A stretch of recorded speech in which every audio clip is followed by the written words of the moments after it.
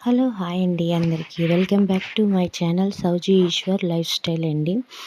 అలాగే మొట్టమొదటిగా నా ఛానల్ చూస్తున్నట్లయితే సబ్స్క్రైబ్ చేయండి, అలాగే లైక్ కూడా చేయండి.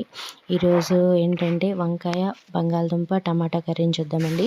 ముందుగా పెనం పెట్టుకుని ఆయిల్ వేసుకుని అందులో ఆనియన్స్ వేసి వేపుకోవాలండి. అవి బాగా వేగిన తర్వాత బంగాళదుంప ముక్కలు వేసి వేపుకోవాలండి. తర్వాత వంకాయ కూడా కట్ చేసుకొని అది వాటర్లో వేసుకొని దాంట్లో కొంచెం సాల్ట్ వేస్తే వంకాయ కన్న రాకుండా ఉంటుందండి, అదే చేదు రాకుండా ఉంటుంది. సో ఇలా ఆనియన్స్ వేగిన తర్వాత బాగా వేగుకున్న తర్వాత బంగాళదుంప ముక్కలు వేయాలండి. బంగాళదుంప ముక్కలు వేసి ఇవి కూడా కొంచెం మెత్తగా అయ్యేంత వరకు కూడా బాగా వేయించుకోవాలండి.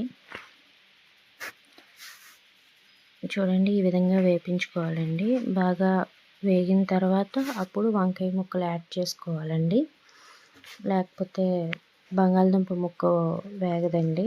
మీ ఇష్టం అండి. బంగాళదుంప చిన్న ముక్కలు కన్నా చేసుకోవచ్చు, పెద్ద ముక్కల కింద అయినా సరే కోసుకోవచ్చు. తర్వాత వంకాయ ముక్కలను కూడా యాడ్ చేసుకోవాలండి. వంకాయలని ఎక్కువసేపు గరిటతో కలపకూడదండి, అవి చేదొస్తాయి అంటారు. కాబట్టి మీరు వీలైనంత తక్కువతో కలపండి, లేకపోతే కొంచెం పెనాన్ని కదపండి అటు ఇటు.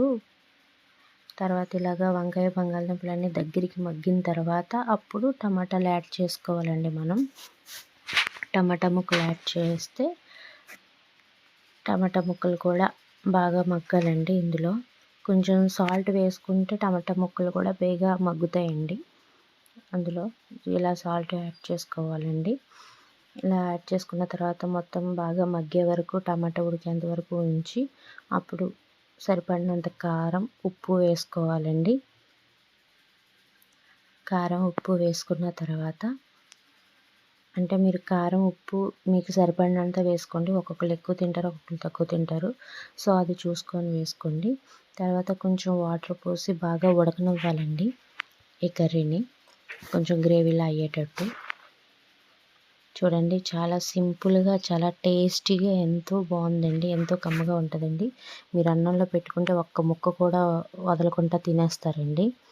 So thank you for watching. Please subscribe my channel.